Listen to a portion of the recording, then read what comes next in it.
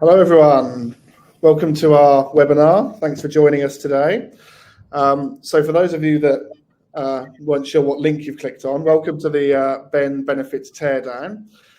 So today we are going to spend some time looking at what 10 of the top companies are getting right and importantly wrong in terms of benefits. So to give you a bit of an introduction, I'm Carl. So I'm the VP of Benefit Design and Partnerships here at Ben. Been in the benefits industry for 25 years, believe it or not. Worked at the likes of Mercer, Aon, Aviva, Capita. You could probably insert most employee benefit consultancy firms in that list, and advised some of the biggest companies in the world on their benefit strategies. So delighted to host this webinar today. And even more delighted to invite my colleague Dan along. So Dan, if you'd like to give everyone a brief introduction. Yeah, thank you very much all for joining today's session. So I'm Dan Wyatt. So I am the Senior Benefit Design Lead here at Thanks Ben. Similar to Carl, I've been in the industry for a while now, so just under 15 years. Joined from Mercer, but I've also worked at the likes of KPMG, Capita and Edenred as well. And yeah, supporting clients strategize their approach to benefits, not just on a local scale, but also globally as well. So yeah, looking forward to today. Cool. So we like to think we know what we're talking about. You can be the judge of that. So there is a chat column. If you think that we're talking nonsense, feel free to tell us. So the idea of today really is we've pulled data from 10 of the top companies across different sectors. So we've looked at technology, finance, retail, energy, travel, pharmaceutical.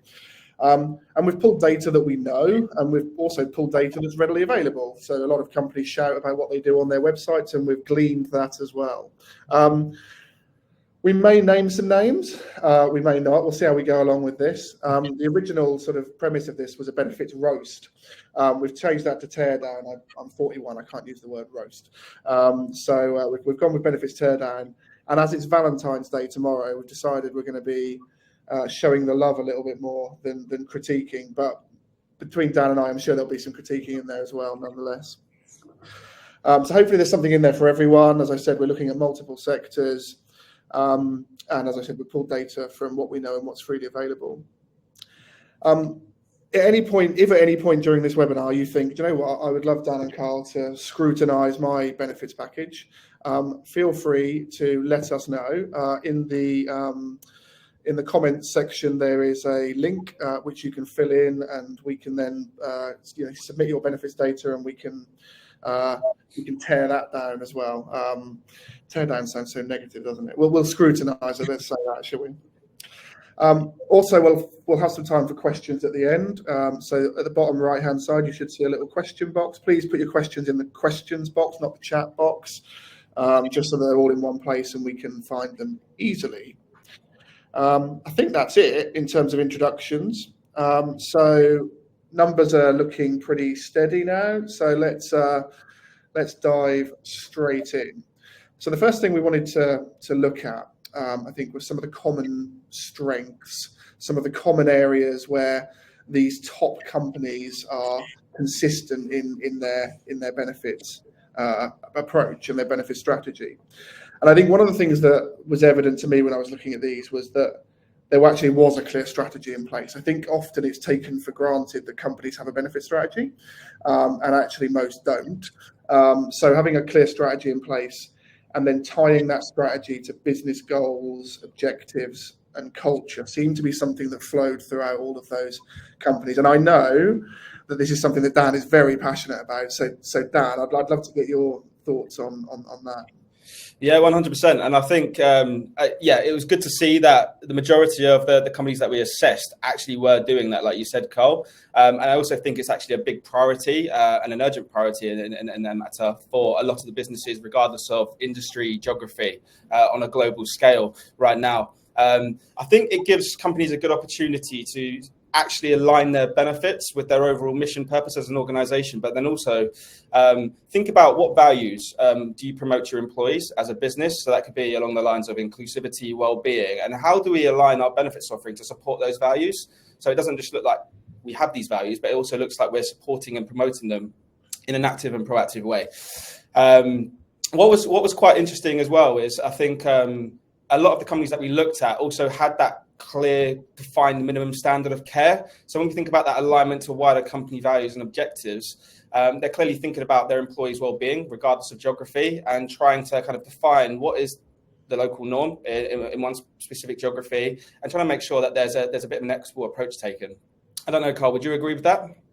Yeah, and I think minimum standards of care is obviously we were familiar with this in our sort of Mercer days. I think it is something that I think more and more companies are looking at now in terms of, I think gone are the days of the biggest companies in the world offering absolutely everything.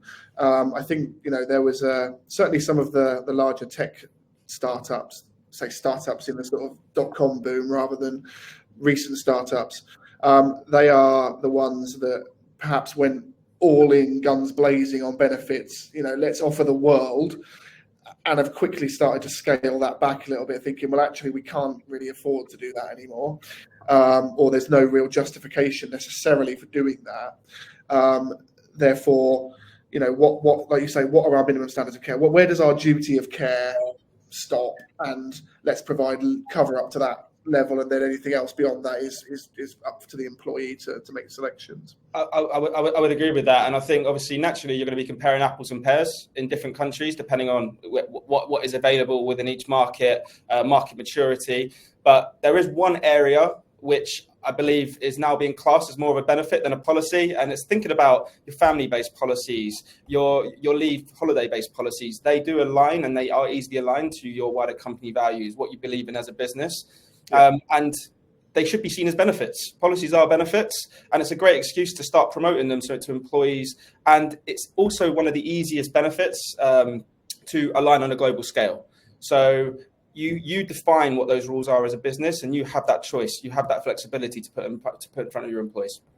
Yeah, I agree. I think definitely a common theme that some of the biggest companies are getting right is actually, you're right, considering policies as benefits. Because if you get them right and they're impactful, they are a benefit to people, right? So, and you're right, it can be a fairly low lift, in terms of there's not necessarily an immediate cost pressure on companies to offer those things. It's a great way of creating equity and parity as well.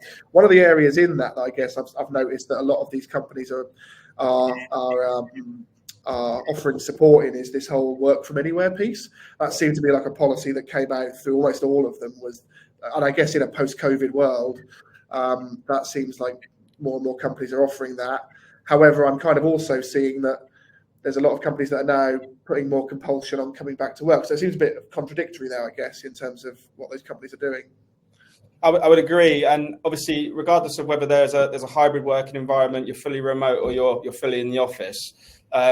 Obviously, depending on geography and how prevalent this is, some more companies are offering allowances to kind of support those different working environments. So if someone's being asked to work fully remote, they'll get that work from home allowance being offered to them by their employer. The annual could be monthly.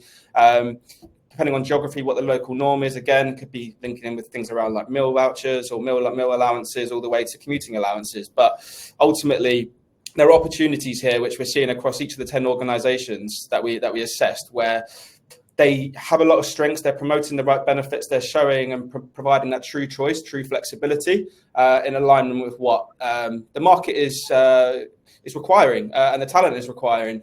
The one big thing, Carl, that I noticed during the initial assessment was most of the companies, if not all of them, were categorizing their benefits to align with their values. So when I say that, I mean along the lines of like health, family, lifestyle, and any of the categories that they're promoting their benefits internally to employees on, they're also pushing out on their website via their benefit brand, which again, I think promotes consistency and helps the education piece for employees. Would you agree? Yeah, absolutely. Yeah, no, definitely. I think that's something I've seen as well. And I think, I guess the other bit that stands out for me was the reward and recognition piece as well. So they seem to really have a strategy nailed down around reward and recognition, and I think it was, thought out well as well across most of them. It looked like it catered for everything from long service, and actually pulling long service into reasonable service. Like no 20-year, 25-year long service awards. That's great, but actually the average tenure of an employee, actually let's reward service much earlier on, and I think those companies started to do that. and also that peer-to-peer recognition piece as well. So the ability to digitally pat your colleagues on the back seem to be quite prevalent as well. And tying in, I guess, the peer-to-peer recognition with your company values. So it could be collaboration, could be inclusivity, so that then you can measure the return on investment in your whole reward and recognition program, but then also just understand, why are people providing that recognition to certain peers in certain parts of the organization? And then you can use that data to then kind of make data-informed decisions around, okay, what do we need? What does that next step look like? So yeah, couldn't agree more. What I do like about the reward and recognition space is that it has evolved significantly in the last few years. As like that peer-to-peer space is great, but then tying it into all of the other bits and pieces like Carl mentioned, long service awards, like length of tenure has decreased naturally across all industries on a global scale. So recognizing your employees' loyalty at shorter milestones is critical. It's really important, and it gives you as the employer the opportunity to do that. Yeah. So that's some of the common strengths. If we look at some of the actual common benefits, and we've touched on a few of these, I mean, the one thing that stood out to me is, and perhaps unsurprisingly, the main, when you mentioned earlier about categorization of benefits, health, family, lifestyle, etc. The one thing that stood out to me is that overwhelmingly, these benefits are designed towards health and well-being, these strategies. So they are almost 50% or more of everything that's offered is with that health and well-being piece in mind. And I guess well-being is such a broad spectrum that covers, in theory, if you're getting it right, financial well-being falls within well-being. I mean, there's probably nine dimensions, isn't there, of well-being or something? Dan, you know better than me, but. No, well, I think well-being needs to be looked at holistically. Everything's linked intrinsically, whether that's financial, social, mental, and they all have an effect. So, for example, if someone's mental health it takes a knock, their physical health might take a knock. The same goes with financial health as well. So I think ultimately, when we're building out a benefit strategy, we need to address all areas of that well-being strategy. And typically that's what the benefits do, unintentionally, but also intentionally. And I would agree there, Carl. So you saying that they are linked in with an employee's health and well-being, it's because they're trying to address some of the key core, I guess, corporate problems, so not just necessarily corporate problems, but just organizational problems that come link in with absenteeism, for example, productivity. And to get the most out of your employees, you need to make sure that they are working at their best. So are they financially healthy? Do they understand what they need to do in order to kind of take themselves to that next level? Mental health wise, let's put in preventative healthcare benefits to support them so they don't get to that critical stage where they're needing intervention, but you're being proactive as an employer and offer them coaching in advance. And physical health.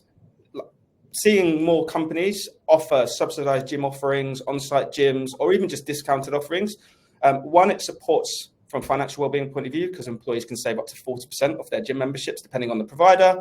And then secondly, if it's employer subsidized, employees are more likely to use that benefit and start building healthy habits with local gyms in their area. Would you agree with me, Carl?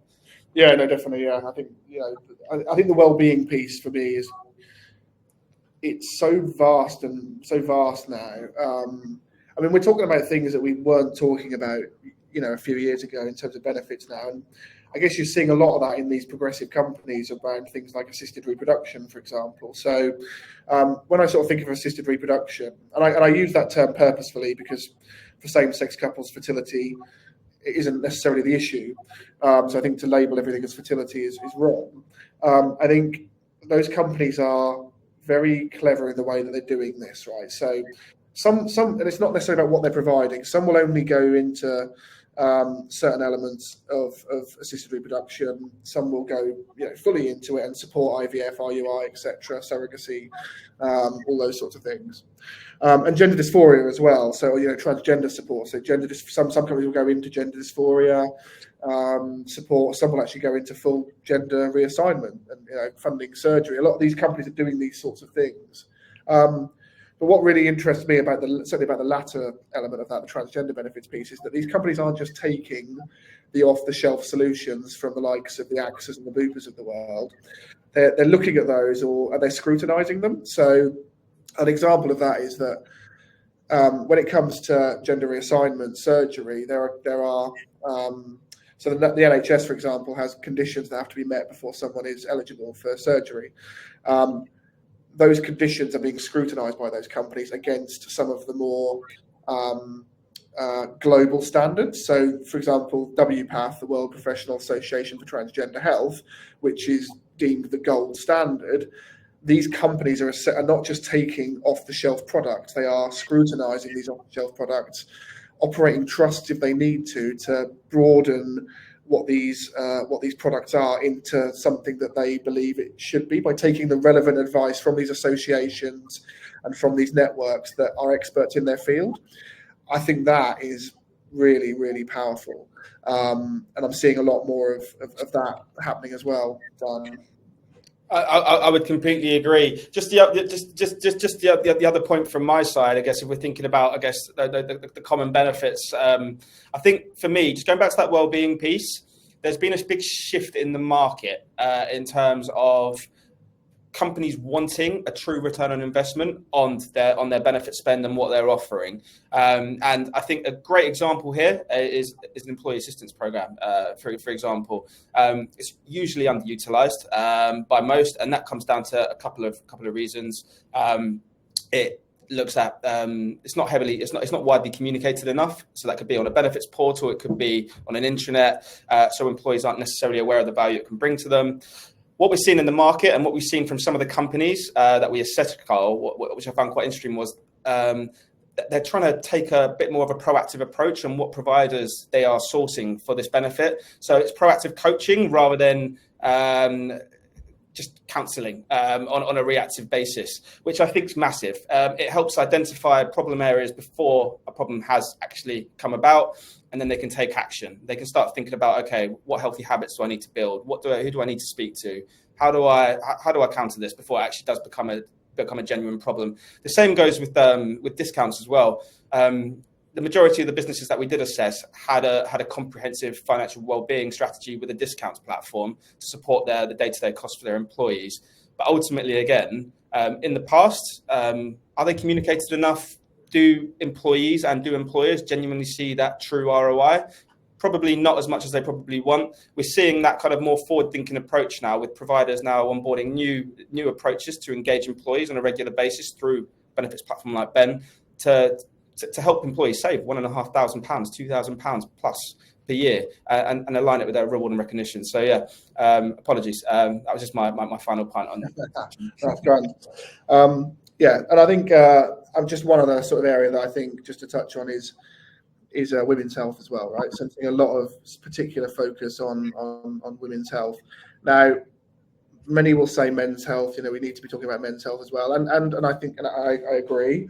However, and I won't labour on this point for too long because I'll get myself tied in knots. But there are more conditions that affect women in isolation to those that affect men in isolation. So I think it's right that women's health has its own, a spotlight is shone on that, and these companies are doing exactly that. So I think that's something that's important to call out as well. Cool. Okay, so that's some of the common benefits. What about stuff that gaps? What are these big companies still failing to do, failing to tackle, failing to address? Whether that's on purpose, I suppose we won't know, or whether that's by design. I mean, you mentioned financial well-being there, Dan, right? And I agree with you, right? These companies are doing the right things in terms of discount portals, in terms of financial coaching, those sorts of things. I'm still very surprised though that not more companies don't offer support to employees that are in a situation where they're struggling financially. And to put context around that, the numbers are stark, right? There's a lot of adults in this country that are struggling financially, and financial literacy in this country and other Western countries around the world is shocking. I get the education piece, but and I love an analogy, so forgive me, but like if you're in a hole financially, a manual on how to not get in a hole in the first place isn't particularly helpful. You need a ladder, right? And I think these companies aren't providing the ladder. They're not providing the product to help. And the product exists, right? It does, not in every market, but it exists in some markets. So, I mean, that's what I feel anyway, Dan. I don't know you. I agree. I think the big problem here is obviously schools don't teach someone what a credit score is, how you build a good credit score, how you manage debt. So sometimes you come out into your first working job after university with student debt, then suddenly you've got overdrafts that need to be paid off, loans, and then you've got different life stages like having a kid, buying your first house. Suddenly things can spiral out of control unless it's properly planned out. And I couldn't agree more, Carl. I think it's educating your employees and providing that it's effectively preventative health support again, in a way, because if you can have that educational support in place for your employees before anything does actually become an issue, where you're educating them at an early stage, so that could be all ages across the organization. So it could be managing debt, it could be understanding your credit score, all the way to how do I manage my credit health so that I can get a mortgage for the first time? All of these things will help employees and support them through those different moments that matter, life stage moments in their life, before they become too much of an issue. But ultimately, with financial education, I do find that a lot of companies that I speak to, and I have spoken to personally in the past, they host a lot of ad hoc webinars through existing providers that they've partnered up with. So that could be the likes of a pension provider or even a discounts provider, whoever that may be, which is great. At least there are some webinars, some educational support being sent out to employees.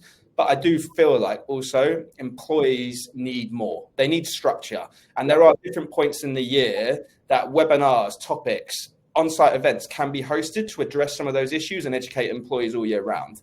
Yeah. The biggest thing for me is there are so many channels that companies use to communicate to their employees, and it can become confusing. Why not have one centralized platform that hosts all of the things to do with your benefits, policies, links to webinars, so that employees know where to go if they need that information at a critical time? I don't know, Carl, do you agree there? Yeah, I mean, so basically what you're saying, Dan, is these companies are failing in that they haven't got a platform like Ben, right? That's where they're failing. Yeah, that's pretty much what you're getting at, right? Yeah, I do agree, and I think there is so much more that can be done in that financial space. I mean, it seems to me like we've got this right in pensions. It feels to me like we've got this right in pensions, in that we communicate the right things to the right people at the right time. So you don't talk to a 20-year-old about exit strategies and de-risking. You talk to a 20-year-old about the tax benefits of being in this thing, right, the benefits of compound interest, and what they'll need, the pitfalls of not saving for retirement. Right? You talk to a 30, 40-year-old maybe about investment strategies, and you talk to people that are closer to retirement about exit strategies and what their plans are. So we get that right, yet we can't seem to get the other bit right, which I completely agree with. So yeah, it's a really interesting area.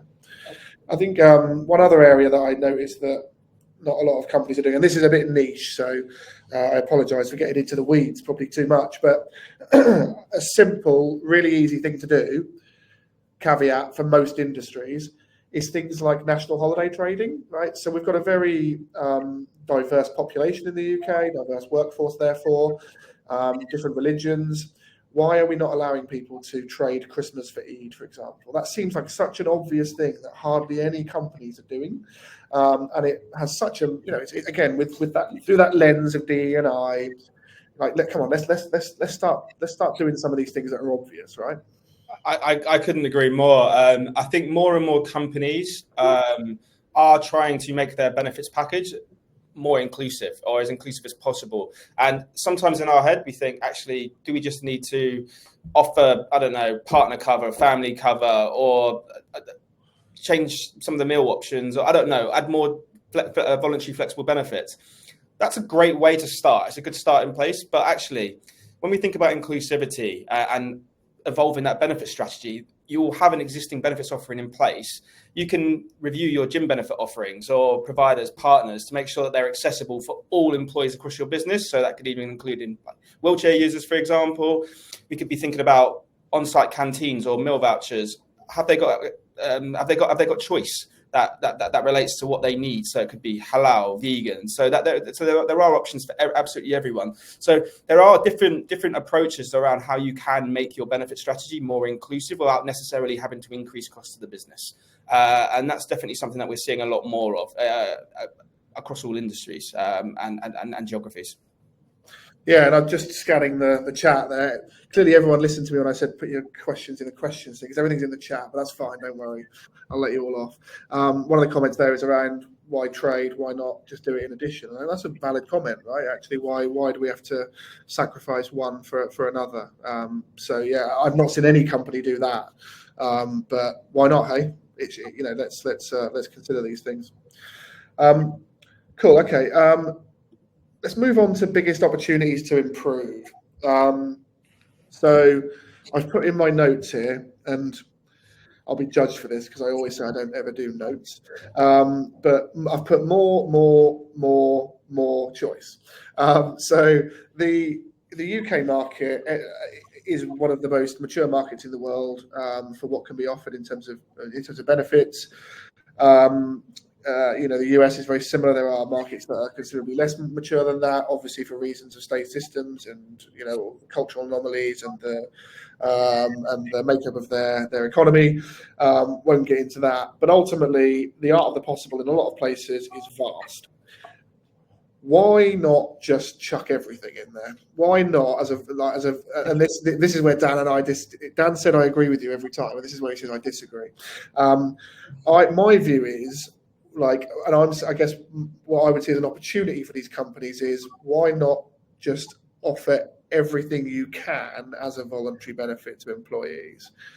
But Dan, go on. Let's have a debate on this.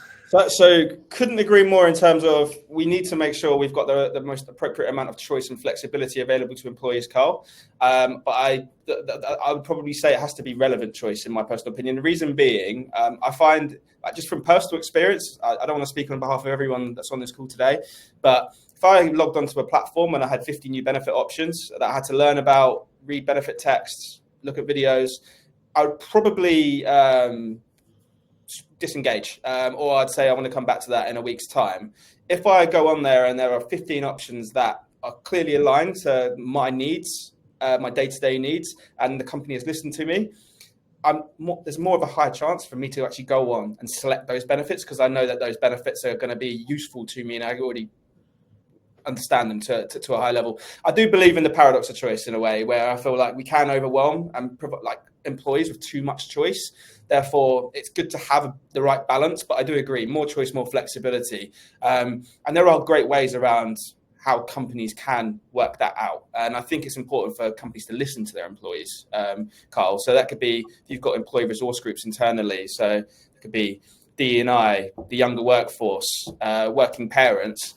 Listen to them, understand actually where are the gaps in your benefit scheme, what do you actually want for us to provide, and that could be on a core funded basis, it could be employee funded, but what you'll get from that is there will be benefits that you'll be introducing into your package that will be heavily valued by those employees and will support the retention of those employees within the business as well. Carl, I don't know if you agree with that point.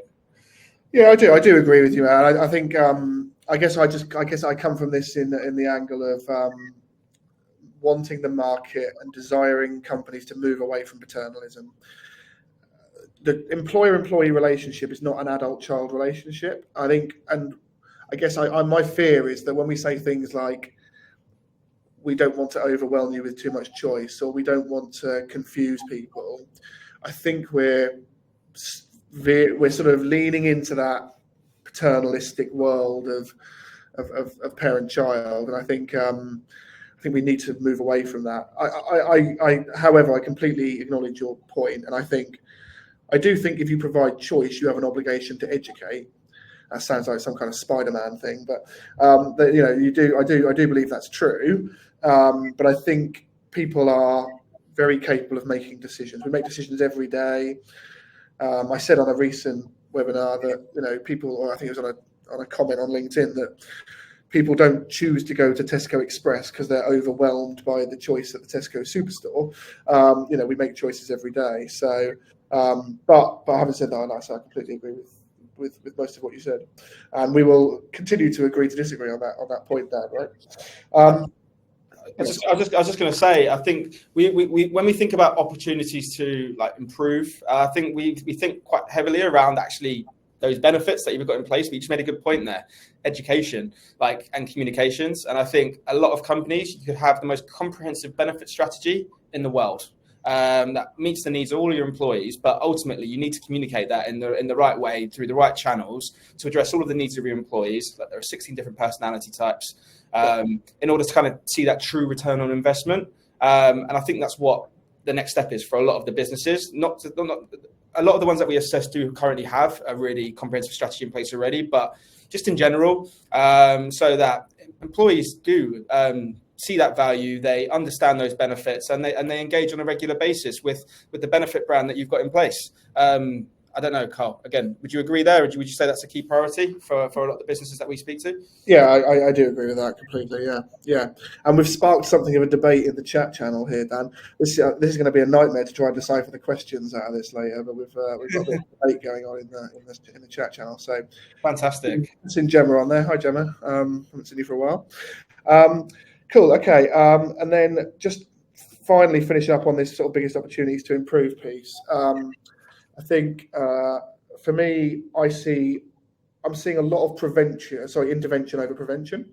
So from a health perspective, everything is focused on intervention, right? And again, like to sort of lean back to our Mercer days and the wellness barrier that Wolfgang and Chris put together many years ago. I still talk about that now. I think it's a brilliant bit of work, and it acknowledges that 55% of UK PLC are carrying health risks, right? And if we don't do anything to mitigate those health risks, then they'll drift into ill health and become a burden on claims experience for things like PMI, or drift into ill health, and we all know what impact that has on businesses. So intervention heavily focused, prevention less so.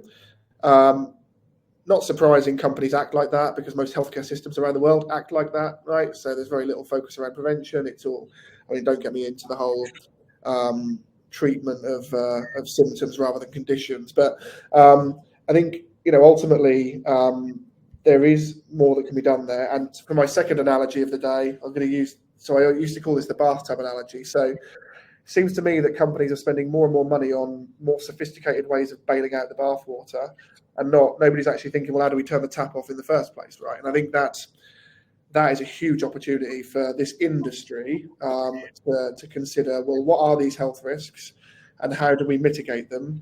Because surely the benefit down the line is evident, right? Dan, I know you're a proponent of this thought process as well.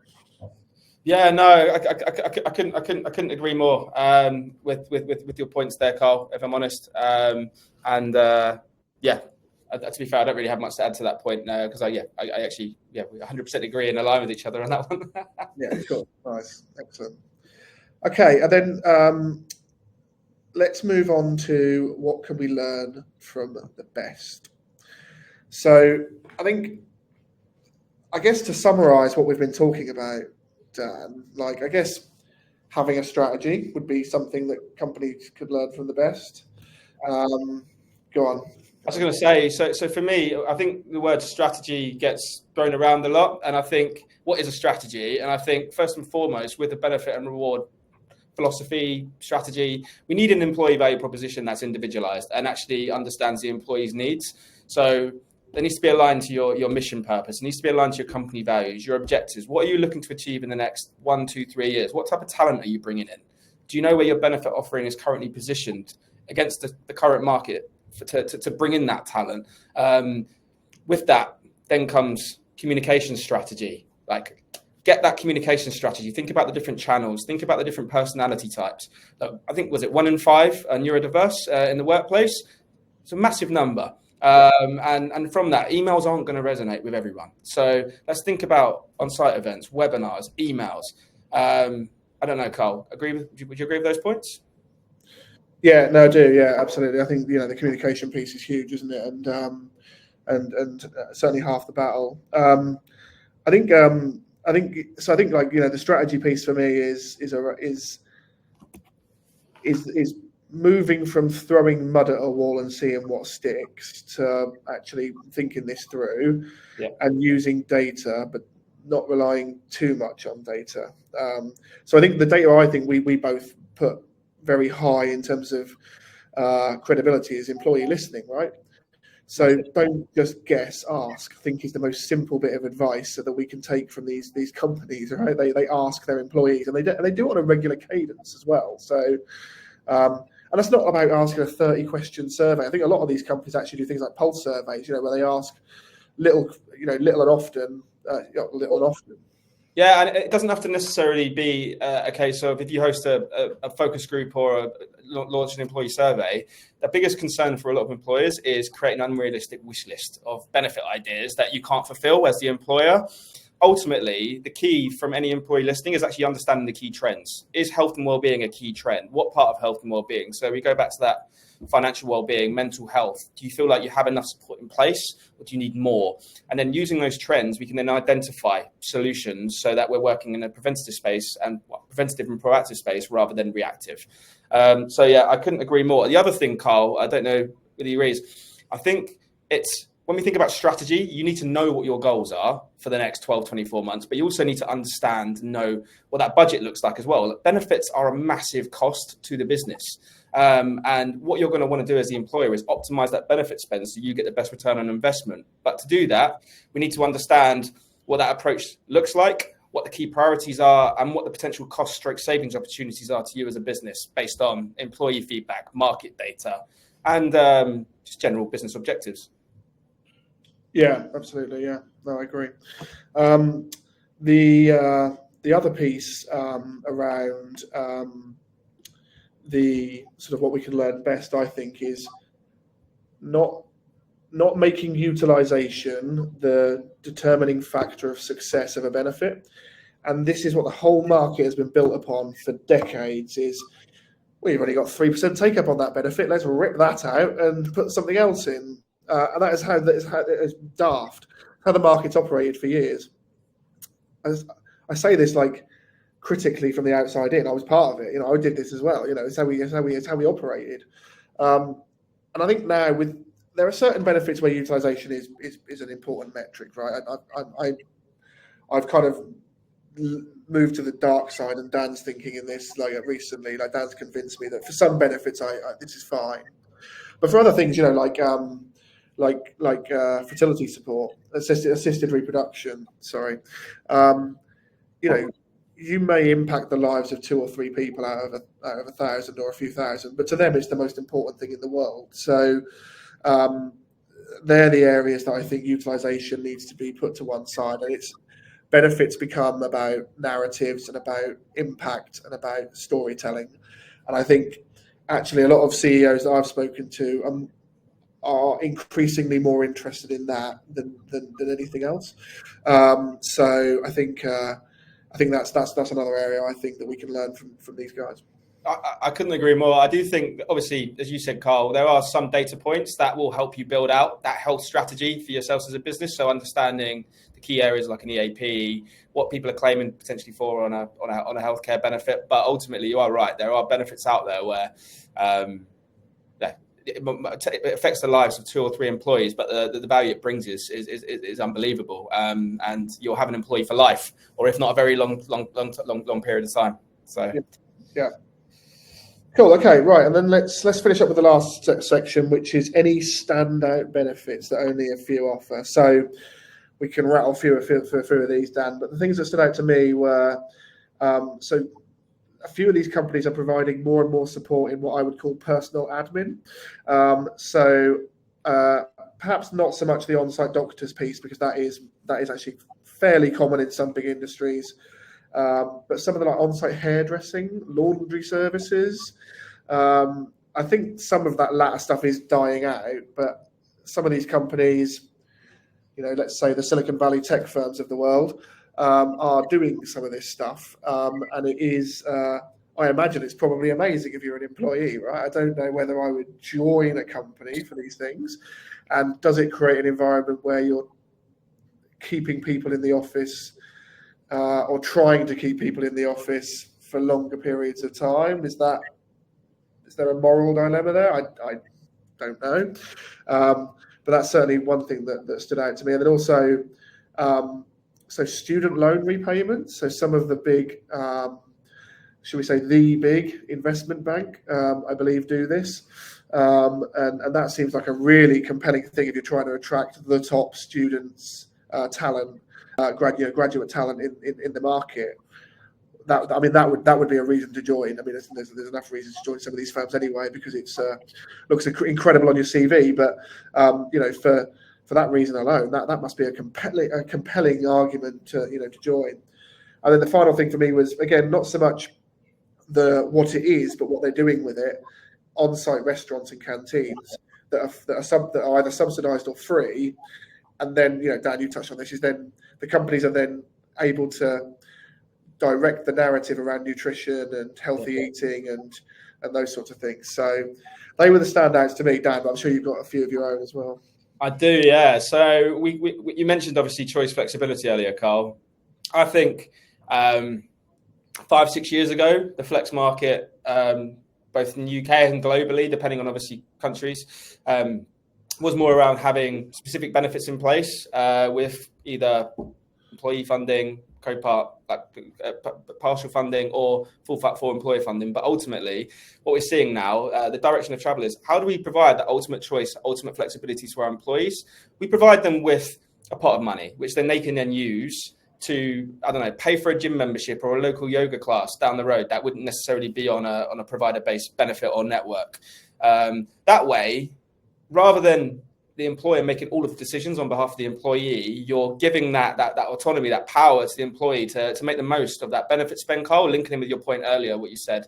That's becoming a lot more prevalent. Obviously, naturally, it's an extremely expensive initiative. So it's something that is probably on the roadmap for a lot of companies. But it's something that they just need to be patient, or they're working towards. And it might be something that happens in the next year, 2 years, 3 years, depending on geography, industry vertical, and just current market positioning and what your goals and objectives are. The second one is actually thinking about, going back to that point there, Carl, you mentioned obviously subsidized lunches and meals. I mentioned earlier subsidized gym and wellbeing offerings. That's massive. If we think about the effect of just going to the gym in the morning before work, I don't know. Not everyone is a morning person, so I might be a bit of an alien here. But if I get up at 5 o'clock in the morning and go to the gym, my productivity levels go through the roof. When I arrive in the office, I find it really, really beneficial. The fact that, for example, Ben give us that subsidy towards a gym offering is massive. It offers me the choice, flexibility to attend the gym all across London and the UK at a discounted rate. So for me, it's massive, but we're seeing that to become, it's a lot more popular. Companies are trying to make budget for that so that they can help their employees build those healthy habits and live a healthy lifestyle. And the third one I mentioned earlier, Carl, was around, you've got your EAP, but then you've got your actual coaching. And I think the difference is finding that blend for your employees and what the right fit is. And I think that comes down to what I call now a more modern EAP, where you're actually getting that kind of preventative, proactive support from start to finish, so that employees don't just have a counselling session and then just drop off and then forget about everything. You've got proactive follow-up support with homework, making sure that employees do and are addressing the issue that they reached out for in the first case. And again, that we're seeing that to become a lot more popular, and that was a standout benefit for me across a couple of the companies. Great, excellent. No, I agree with a lot of that, Dan. Yeah, cool. Okay, so that kind of comes to the end of what we were going to talk about. I've noticed that Valentine's Day clearly is tomorrow because there's love in the air in this chat. There's numbers being swapped, LinkedIn details being swapped. I don't know what's going on in there, and I can't decipher. You'll be staring at me looking at this if I try and decipher some of the questions out of this. However, there are some questions that have been put in the question channel, so points for listening on that page. So Dan, first question we've got here is that, agree that too much choice can overwhelm. Well, disagree with me then. Interested to understand how you'd like your choices packaged, Dan. Would you complete a lifestyle questionnaire on joining a company? Then your options are tailored based upon your preferences. Does that sound something like a good idea, Dan? Or I think for me, Ray, I think go back to that point I mentioned earlier, there can be too much choice sometimes, especially if you're trying to launch too much at any one time. I think in terms of how it could be packaged, I think it's around understanding what you've currently got in place at the moment, listening to your employees. I think we've mentioned that a few times today. So that could be through employee focus groups. So that could be tailored to employee resource groups, so as I mentioned earlier, or it could be just mixed groups across the workforce. Host 2 or 3 looking at different topics. So that could be employee experience, your actual benefit trends or benefit priority areas, and communications.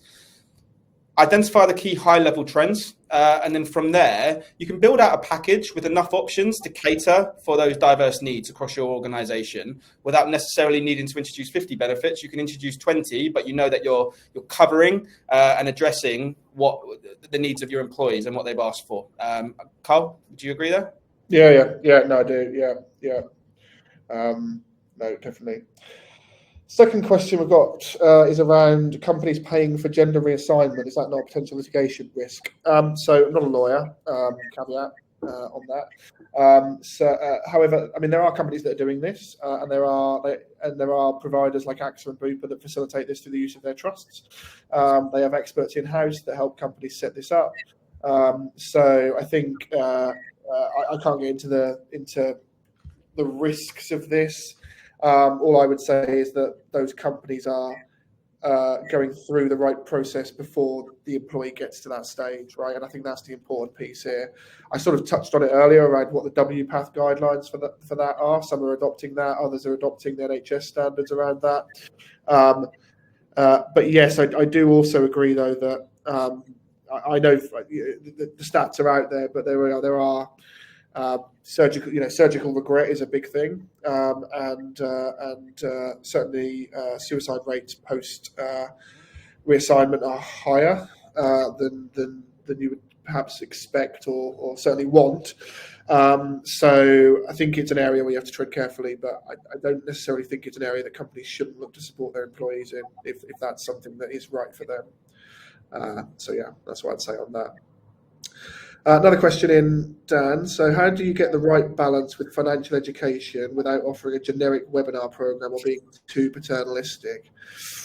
I love that question, Sam. I think with financial education, there isn't actually anything wrong with sometimes hosting generic content that can be used across all of the different countries if it's covering what Carl mentioned earlier, that financial literacy piece, because you're not going to the same concepts apply regardless of geography. So I think in some cases, it's actually quite good to have some topics which need to be covered on a global scale without and helping them, and not everyone has to join.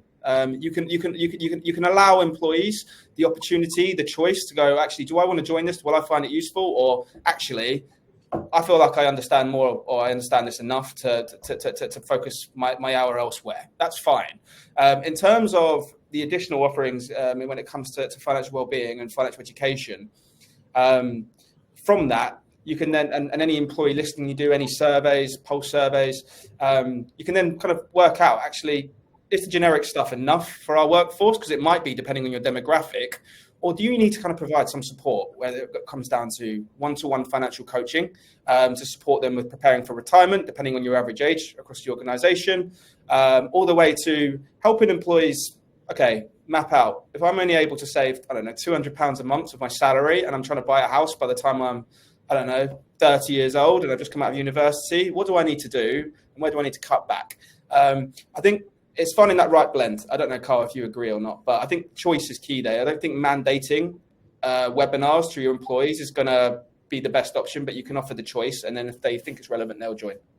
Yeah, I agree. I mean, as long as you modularize what you're providing, right? So people will then pick the modules that are relevant to them. I think it's important to explain to people at the very beginning what the intention is that people will get out of that session. So then they know whether they want to join it or not, right? I think if you just label things for what they are, a session on the benefits of compound interest, people are going to be like, well, I don't really care about that. But if you actually talk about investment and how saving actually it can be really rewarding over a long over a period of time by not putting reasonable like relatively small sums in, they can grow relatively large over a period of time. Then I think you're more likely to pull people in But yeah, I think modularizing it is the right approach. I would suggest. Completely agree.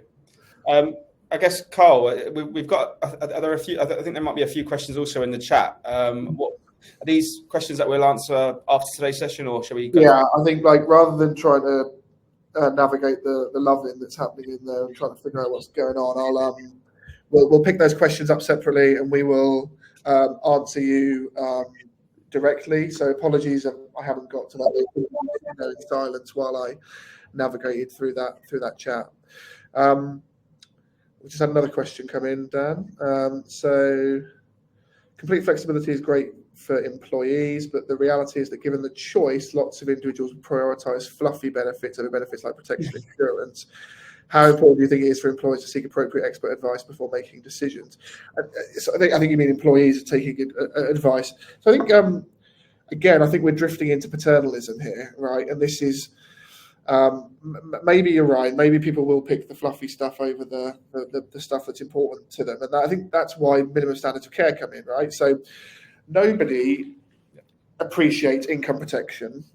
It is probably the most beneficial benefit anyone will ever have because people naively think the state will look after them in the event of their incapacity, and it will barely cover rent and mortgage costs. You'll be in financial poverty, and therefore having that protection is incredibly important.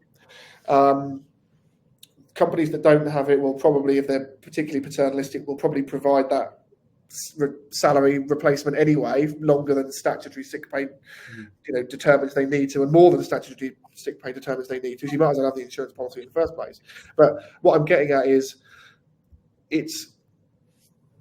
employees don't appreciate income protection. If you gave them the choice, they would flex it down because they don't think it's going to happen to them, and they don't understand the severity of the state system in terms of support in the UK anyway. Other countries have incredible systems around this. So I think that's where minimum standards come in, is that we know you're going to make a bad decision here because this market is not well known. So we're going to give you this level of cover and you're not allowed to do anything with it. Yeah. Anything else, I don't see the problem with allowing people to make decisions personally. I would agree. Like for example, James, I noticed you used the word fluffy. I use the word fluffy quite a lot myself, especially. But I think my definition of a fluffy benefit might be really important to you, for example. And I think that's the key there. I think we don't know what someone else's priority areas are, what's important to them and what they need in their life right now. So I think having that minimum standard of care, like Carl said, will then cover and make sure that your benefits that you're offering to them will support their health day-to-day needs. The fluffy benefits or the additional choice flexibility will bring that additional value and help them in the areas that they need you to as the employer. Yeah. Cool. Okay. Right. I'm conscious of time and want to be respectful of everyone's time. So thank you everyone for joining. We've really enjoyed watching you all talk to each other on the chat and the questions. So no, I'm only joking. Questions. Obviously, thank you to all those that have asked us questions. Hopefully, it's been insightful. If you do want your own benefits package to be scrutinised, should we say, by Dan and I, there is a form in there somewhere for you to complete. If not, then we'll pick another 10 and we'll do it all again at some point in the future. So I wish you all well. Have a great end of your day and end of the week, and happy Valentine's Day. Yeah, thank you very much. Cheers, guys. Bye. Bye.